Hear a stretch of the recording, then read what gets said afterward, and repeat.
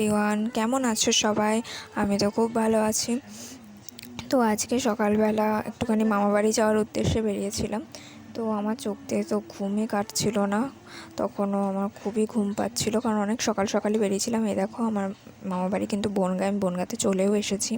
তো আসার পরে মা একটু গিয়েছিল দিদুনের গোপালের জন্য, আর পাশে একটা কালী মন্দির ছিল, ওখানে একটু পুজো দেওয়ার জন্য মিষ্টি নিতে। তারপরে ওখান থেকে মিষ্টি নিয়ে আমরা ওই কালী মন্দিরটার দিকে যাচ্ছিলাম পুজো দিতে। তারপরে ওখানে গিয়ে মার পুজো দেওয়া প্রায় হয়ে গেল। তারপর ওখান থেকে আমার মামাবাড়ি খুব একটা দূর ছিল না, হাঁটা পথই 2 মিনিট। তো ওখান থেকে আমরা হাঁটতে শুরু করলাম, আর প্রায় কথা বলতে বলতে গল্প করতে করতে মার সাথে আমি এই যে মামাবাড়ির দিকে চলেও গেলাম। তো আজকের মিনি ভ্লগটা কেমন লাগলো অবশ্যই কিন্তু কমেন্ট করে জানাবেন।